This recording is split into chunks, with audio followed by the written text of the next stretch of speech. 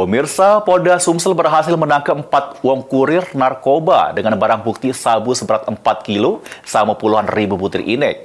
Pas penangkapan, mobil pelaku sempat terjadi kecelakaan karena berupaya melari ke diri.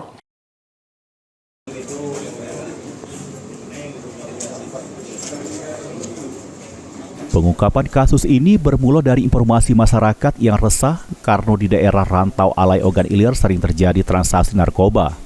Sesudah dilakukan penyelidikan, polisi melakukan penyamaran sehingga menangkap 2 pelaku.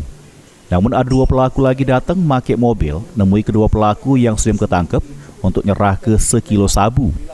Pada ditangkap, 2 pelaku yang dijeru mobil langsung lari ke diri sehingga terjadi kecelakaan karena ban mobilnya ditembak polisi.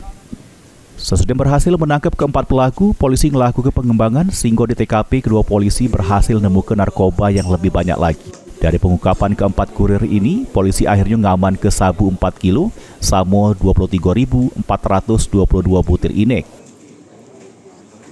Bukti sabu sebanyak, setelah kita timbang, bruto 4.306 gram.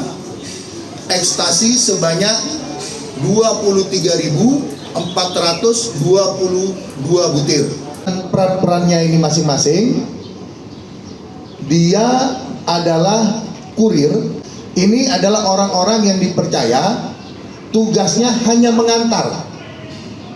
Ya, tugasnya hanya mengantar dengan diiming-imingi upah.